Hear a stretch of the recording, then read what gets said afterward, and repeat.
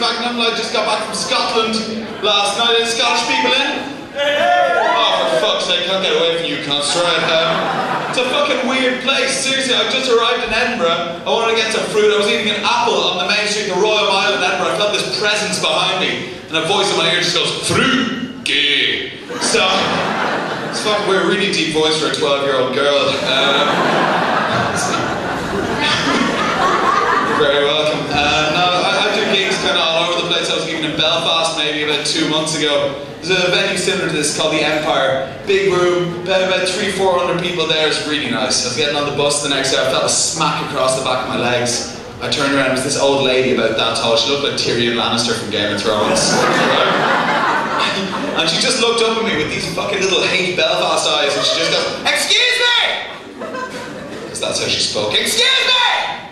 Can I have your autograph?" And this blew my mind. This is a big moment for me. I'd never been asked for my autograph before. Obviously I have loads since because I'm class. But I got nervous. I figured she must have been at the comedy the night before. I said, "Were you at the Empire?" And she goes, "Empire? Was I? Fuck! You not that fat one from Westlife?"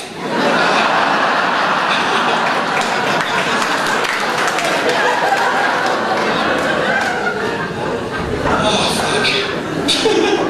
No, there's, you're getting married. I've got a girlfriend. She's nice. She has a really kind of view. We have very different worldviews. She's very naive. She forms her worldview from those kind of BuzzFeed articles, you know, like, "This Labrador played with a kitten, what happened next would blow your mind," like that shit. Like the only way that would actually blow my mind is if the Labrador started high-fiving the kitten and the kitten took his fucking mask off and it was actually R. Kelly or some shit like that. That'd be weird. But she gets really emotionally involved in these things, you know, she fucking loves them. We were lying in bed recently, and someone just goes, someone has a cat. We were lying in bed recently, and this is when I realised that she has this wonderful worldview and I'm a cynical prick. Because we were watching this video about a lad who lost his arms in some kind of accident, right? He didn't like just lose it. We take arms for granted. They're fucking class. And this guy, he lost them, and he was an American guy, and you know, there was the cello music going, it was really sad. And he was like, "I never thought I'd be able to do anything ever again. I'd never be able to hold my wife." He was so fucking loud, because freedom doesn't whisper. He was like, "I'd never be able to hold my wife, I'd never be able to pet my dog, throw a baseball." He wasn't doing the motions because he had no arms. Thank you for clapping, you fucking, yeah, rub it into Mr. No Arms, you prick. No, but then, like, obviously people felt bad for him. They felt bad that he had no arms. His story went kind of viral. So it cut to this guy, this young, cool scientist who worked in Harvard, the university. He was like, "We heard about Dave's story, and we decided we couldn't just sit here and watch. We had to build him new arms." And then, like, the music got a little bit more upbeat, the cello stopped, there was trumpets there. It was like, I think Macklemore was at the back just being like, "Yeah!" It was kind of like a Rocky-style arm-building montage, right? At first he had arms made of wood, then he had arms made of fucking Connects, then Meccano, then he had to go to IKEA and assemble his own arms. But it didn't work because he didn't have any fucking arms. And eventually, after a long, hard struggle, right? At this point, my girlfriend is bawling, crying. It's really getting to her. After a long, hard struggle, he has full-on RoboCop arms. He's fucking loving it. He's just like picking shit up, just patting his wife on the head like that. She was the midget from Belfast. And you know, yeah, my girlfriend was crying. She was looking at this. At the end of the video, he just looks down the camera really serious. He goes, "You know what? I'm so glad this has happened." He's calmed down a lot. I think the thing humbled him.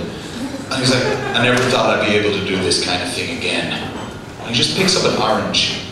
And the camera fades to black, right? My girlfriend, like, I've never seen her so emotional. And this is when I realised the difference between us. She turned to him, or she turned to him. She reached through the fucking... No, she turned to me. And she was going, "It's so beautiful." He picked up the orange, and the moment I realised that I'm a cynical prick, I turned to her and go, "Yeah, you can't fucking peel it though." You've got a good beard, man. Drinking the beer. You've got a dark beard. You're lucky. That dark beard. I'm jealous of dark beards. I am. I don't even need a passport when I go through the airports. That's how fucking Irish my beard is. I'm just like, when you see magazines being like, beards, masculine, Gerald Butler, it's like a dick on your face, but not gay. And then, you know, it's always a picture of a dark beard like that. I open it, and it's like, red beards, an illness. It's good, we've got a lot of Dublin heads in. So I'm from Dublin, I live just down near Stephen's Green. You see some mad shit, especially around the summer. There's a lot of tourists come here, a lot of Americans come here retracing their roots, paying 45 quid for a fucking pint of Smithwick's in Temple Bar. You know, I love the tourism we have here. You know, we have tour buses, and the guides are like, on the left you can see the government buildings, and in the alleyway beside the government buildings you can see our ex-minister for health, Mary Harney, fighting a tram for half a kebab.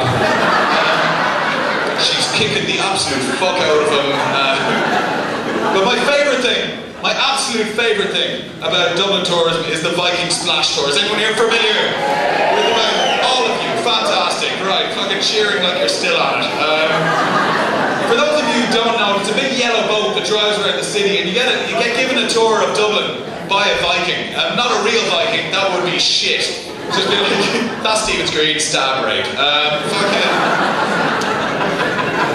And the thing is, like, the guy who's giving you the tour hates his fucking life. Because he wasn't always a Viking. He didn't like go to school, get 600 points like you, and just go on and be like, you know what, fuck the CAO, it's the Viking life for me. He used to be an investment banker when this country had money, you know, running around electric picnic being like, is this cocaine gluten-free?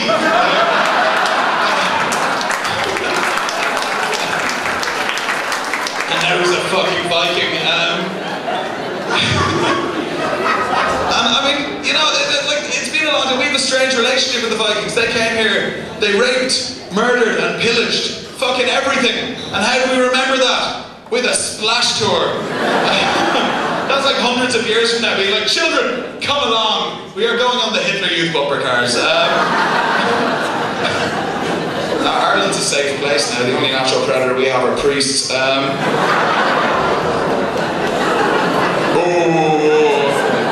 Too soon. We've known about it for years. It's like, no, don't. He's a man of God. You fuck children, you're not even a fucking human. No, but I was walking down Stephen's Green recently behind a group of Spanish tourists who come to Ireland to practice English and shoplifting. And I heard the Viking splash tour coming, and you could hear the Viking tour guide up the front. The tour was full of Americans who loved it because they love shouting. And you could hear the Viking tour guide being like, right, on the left, see this group of fucks up here?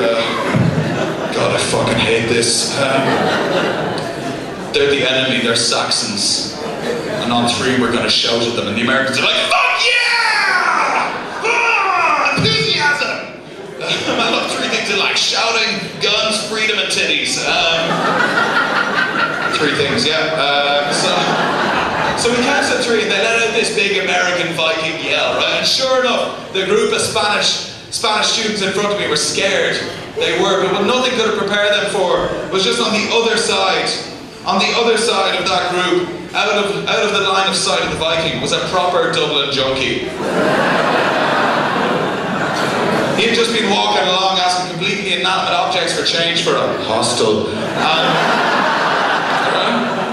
And all of a sudden he hears this big Viking yell and he freaks the fuck out. He loses his mind, ladies and gentlemen. And he could have left it there, he could have just gone about his day, but he decided not to. He just turned straight around to the Viking and just went, ah! Fuck! Right? So loud that everything stopped. There was a Japanese tourist there who's about 140 years old. He was taking photos with an iPad. It was unbelievable, right? Everything stopped. The traffic stopped. The Spanish people stopped. They shut up for like 2 seconds. It was incredible. I was watching this and it could have gone any way. But he points, the junkie guy points at the tour guide and goes, you Viking bollocks. I'm gonna fucking have you. Right, I'm losing my mind watching this going, is this real life? Or is this just fantasy? So, nobody knows what this guy is going to do, right? He's a bit of a wild card. He reaches into his junkie jacket. You know what it is, it's like a lagging jacket made of gear.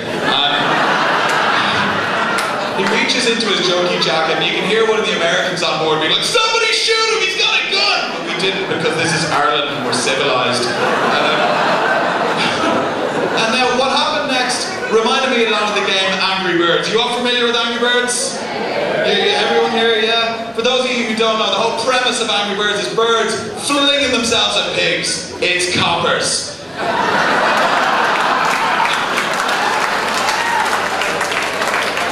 Thank you. Joke right 101. No, honestly, he reaches into his jacket and he pulls out, I shit you not, a dead seagull. Now, why he was carrying a dead seagull, I don't know. Fail to prepare, prepare to fail. Now, he's looking at the bird, he's looking at the Viking. No one knows where he's going to go. Then he just cocks his arm back and everyone's like, ah, fuck, you're not going to. And he's like, oh, fucking am. And it was like everything went into slow motion. He just fucked the sea. He didn't fuck the seagull like that. That'd be a very unexpected turn of events, to be honest. No, he was holding the sea and he just fucked the seagull at you, man. It was like everything went into slow motion. The seagull spread out its wings like a majestic albatross. The old Japanese lad with the iPad stopped taking photos, held the iPad over his head playing Enya. It was fucking beautiful. And the seagull just flew slowly with ambition. One of the Americans was pointing out at me like, follow your dreams, seagull, bro! And it flew, and it smacked the Viking lad in the neck. Laughter Lounge, you've not lived a day of your lives until you have seen a junkie thrown by a giant sea. I got that completely backwards.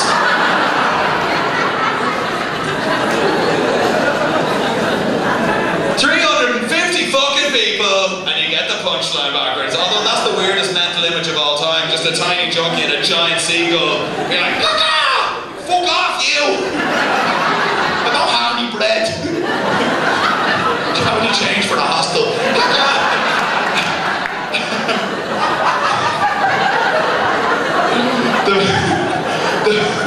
The Viking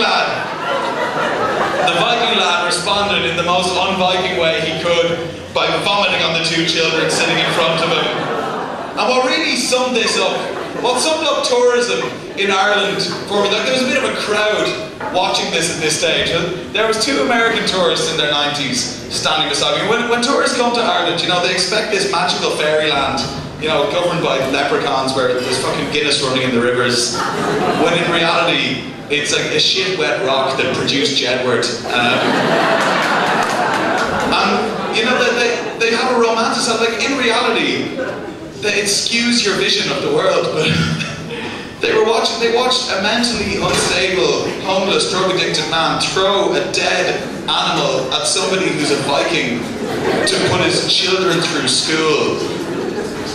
They watched this and they were fucking overjoyed. She turned to him, she said the best thing I've ever heard. She goes, oh my God, I'm so glad we came to Ireland. That was adorable! Ladies and gentlemen, you've been absolutely wonderful. My name is Mark Sonera. Thank you very much. Enjoy the rest of your evening.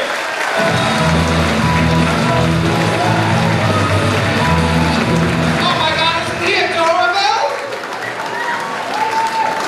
Join the YouTube, but we always have a small cock competition.